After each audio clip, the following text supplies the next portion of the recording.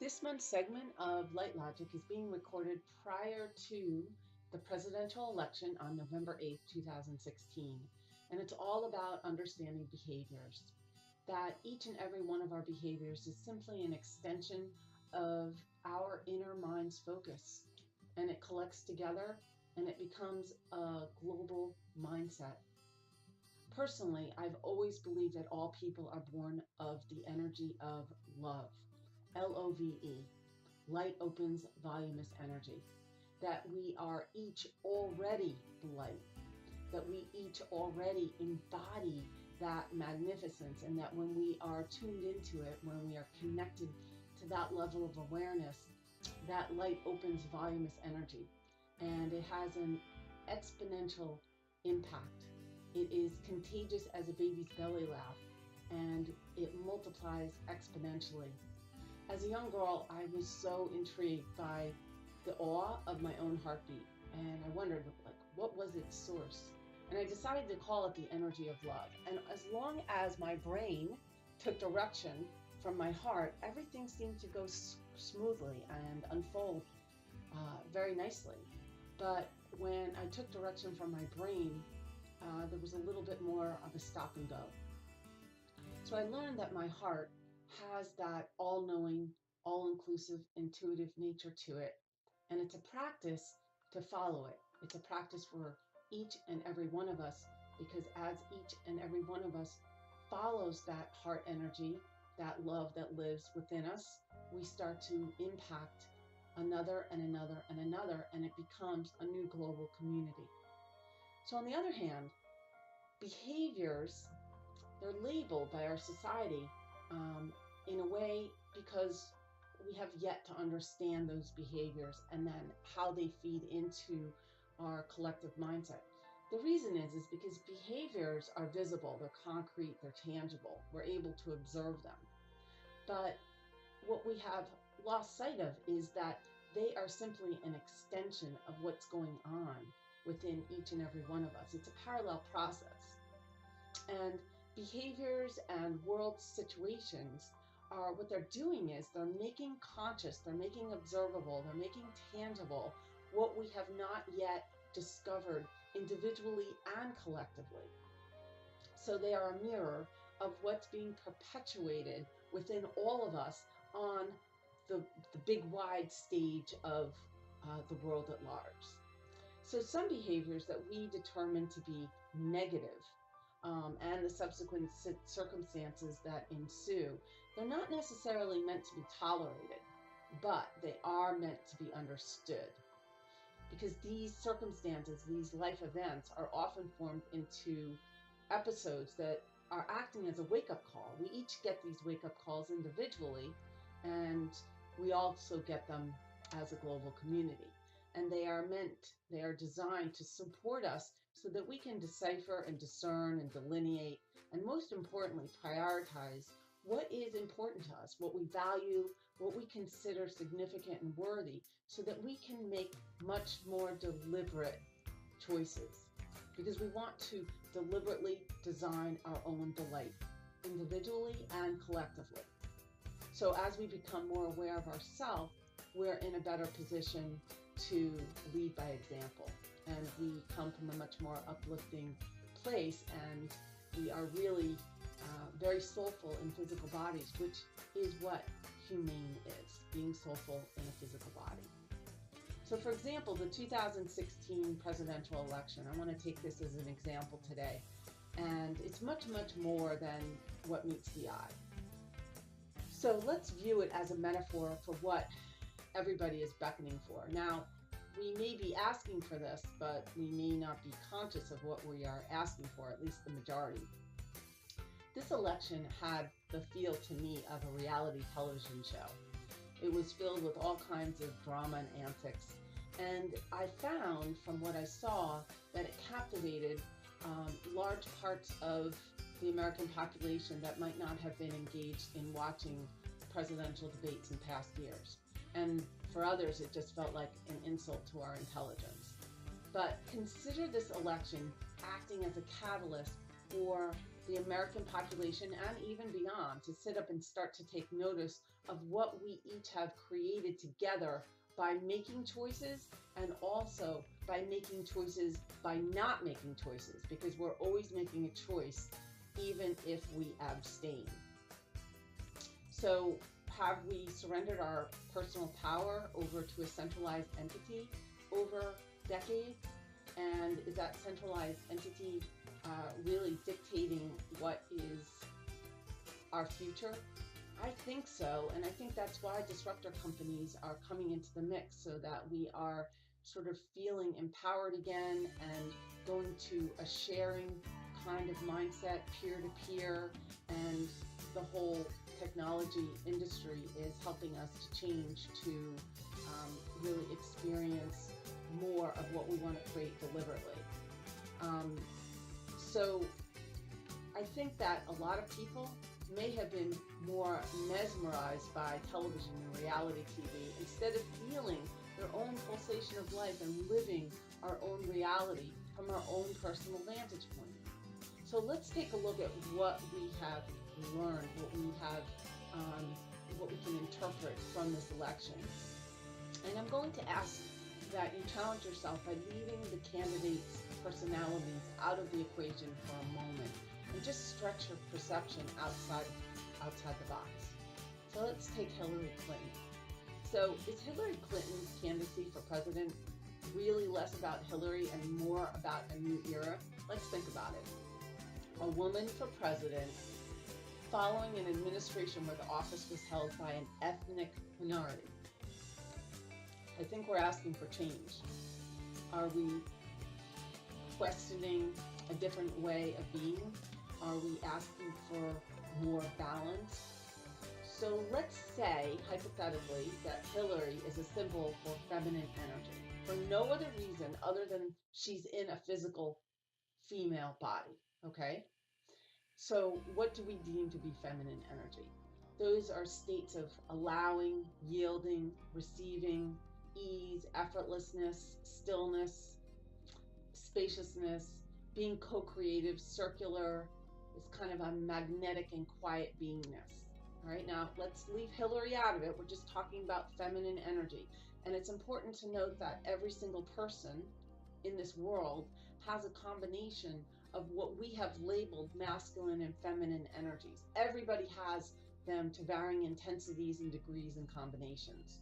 Nobody is exempt. All right. Now let's take Donald Trump, what his contribution has been. He's demonstrating that if you believe in yourself, anything is possible.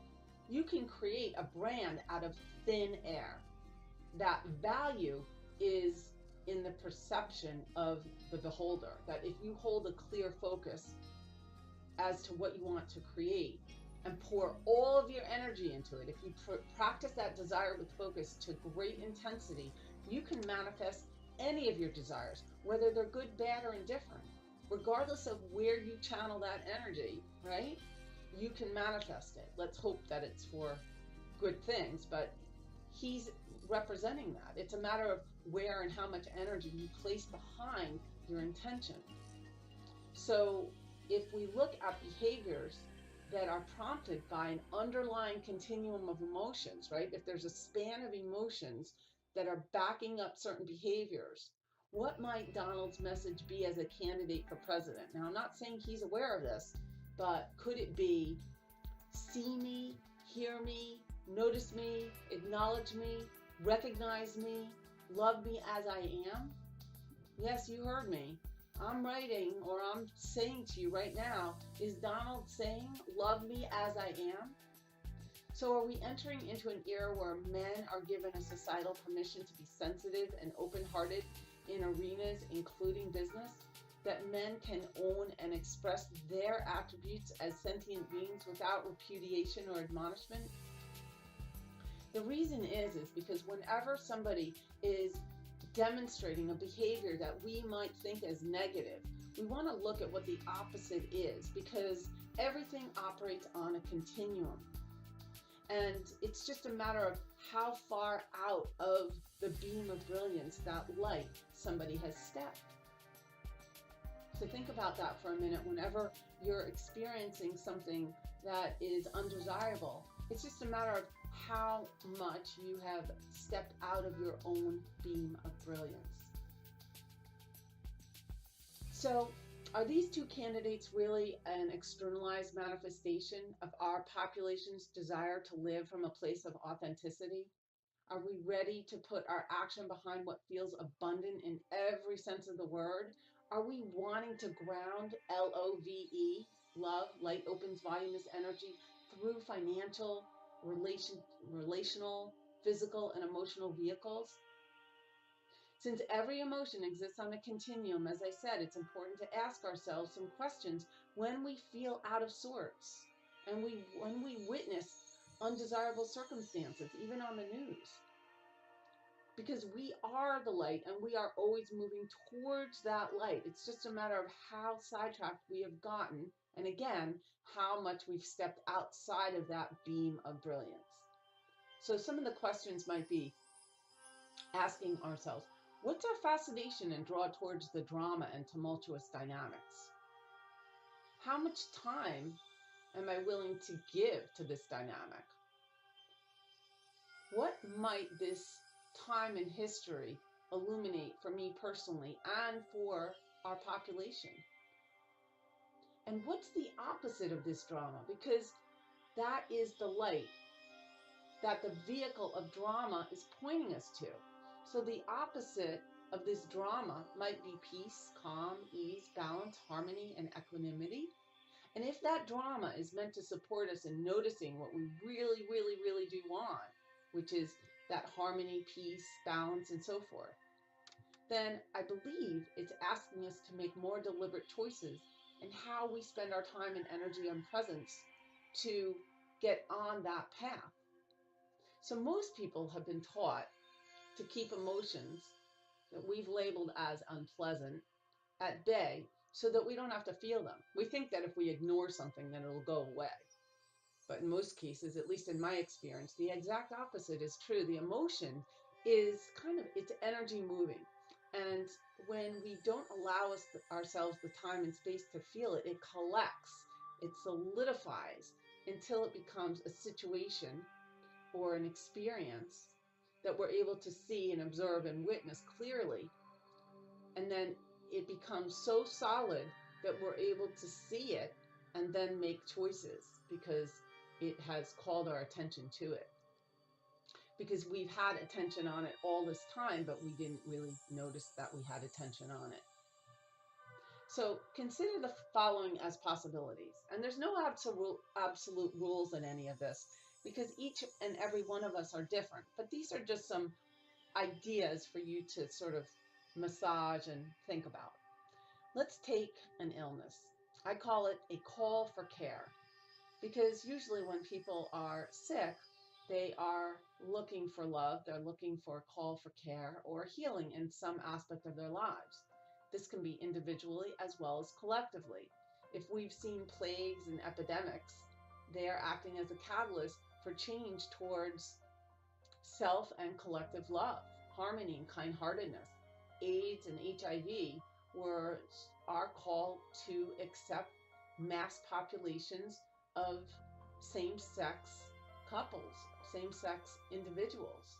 And it got us into a level of awareness to understand that everybody is a human being, everybody has a heart, everybody is a beacon of light, and we are all in this together. So it was getting our attention on a mass scale. So are we getting the message or are we captivated by the drama? We've got to ask ourselves that. Divorce might be acting as a catalyst for a person to reflect and shift their perception and their relationship with themselves. Perhaps inside there's an internal divide that needs reconciliation. A job loss might be signaling an opportunity to reinvent oneself, to explore personal creativity. Death might be simply to release attachments and embrace transitionary phases in our life. I think of death as a transition. Retirement, particularly an unexpected retirement, may be a time to recognize and renew our own relevance, to be active in our life. And something like a simple cold might be an indicator to slow down, kind of like an amber light at a traffic signal, and take some quiet time so that we might be alerted to gain clarity on which direction to focus our attention. The list goes on, and the associated meanings are very, very personal to each and every one of us. And it's really up to each and every one of us to discover the meaning and the benefit with each situation, because they all have benefits. They're all pointing us towards our heart's desire. So if you find a relationship dynamic or a life circumstance is occurring multiple times, it's a more pronounced message that's emerging for you, and you want to take a look at it. And of course, if it's something that's more subtle and stirring within you and nothing has materialized yet, well, you're just tapping into it a little bit earlier in the game, so follow that guidance and listen to it. The practice of mindfulness will support you in developing an intimate relationship with all of your senses and beyond. It's going to uncover levels of sensitivity that will foster a connection with your deeper self or your higher self and with others. That connection will draw an abundant reality to you because you're fully engaged in it and you're connected. You're really kind of in love with yourself. You're allowing space and stillness and silence to be your pathway into your true reality and build from the inside out. What you're doing, in a sense, is you're dissipating the veil between your inner reality and external illusion. So mindfulness techniques, they really support the expansion of your repertoire of emotions that you deem to be acceptable. It helps us to get more comfortable with different levels of intensity of emotion. And this exercise will retrain your brain to pick things out that are more of an uplifting, supportive, life-expanding nature. And before you know it, you'll be unable to see the negativity because your focus has wholeheartedly shifted into the here and now. And science is starting to support all of this also. I saw something that came across my desk called a reticular activating system. And the reticular activating system acts as a filter, and it allows through into our conscious mind only the information that we deem to be relevant. And since our conscious mind is only able to process about 40 bits of information at a time, at least for most of us, and we're interacting with millions of bits of information, the RAS acts as the gateway to allow in what we have given heightened focus. So what we focus on will expand, good, bad, or indifferent. And our intention guides our focus.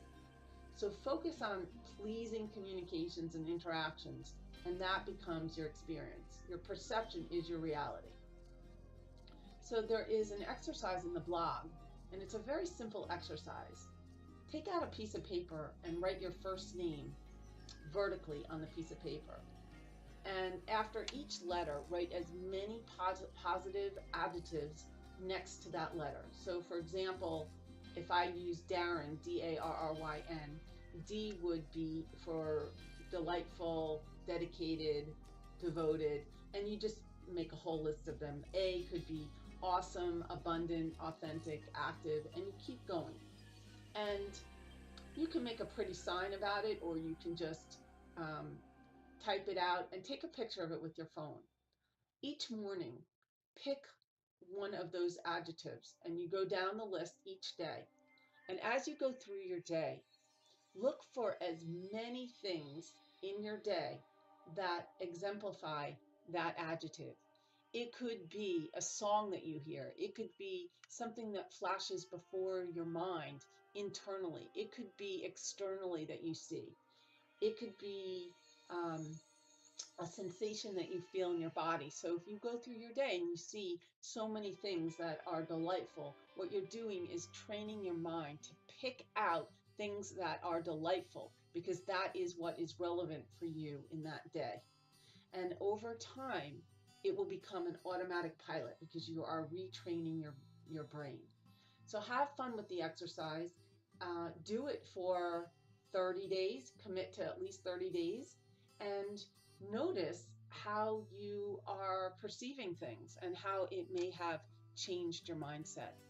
Have fun with this, and until next month, until next year, be well.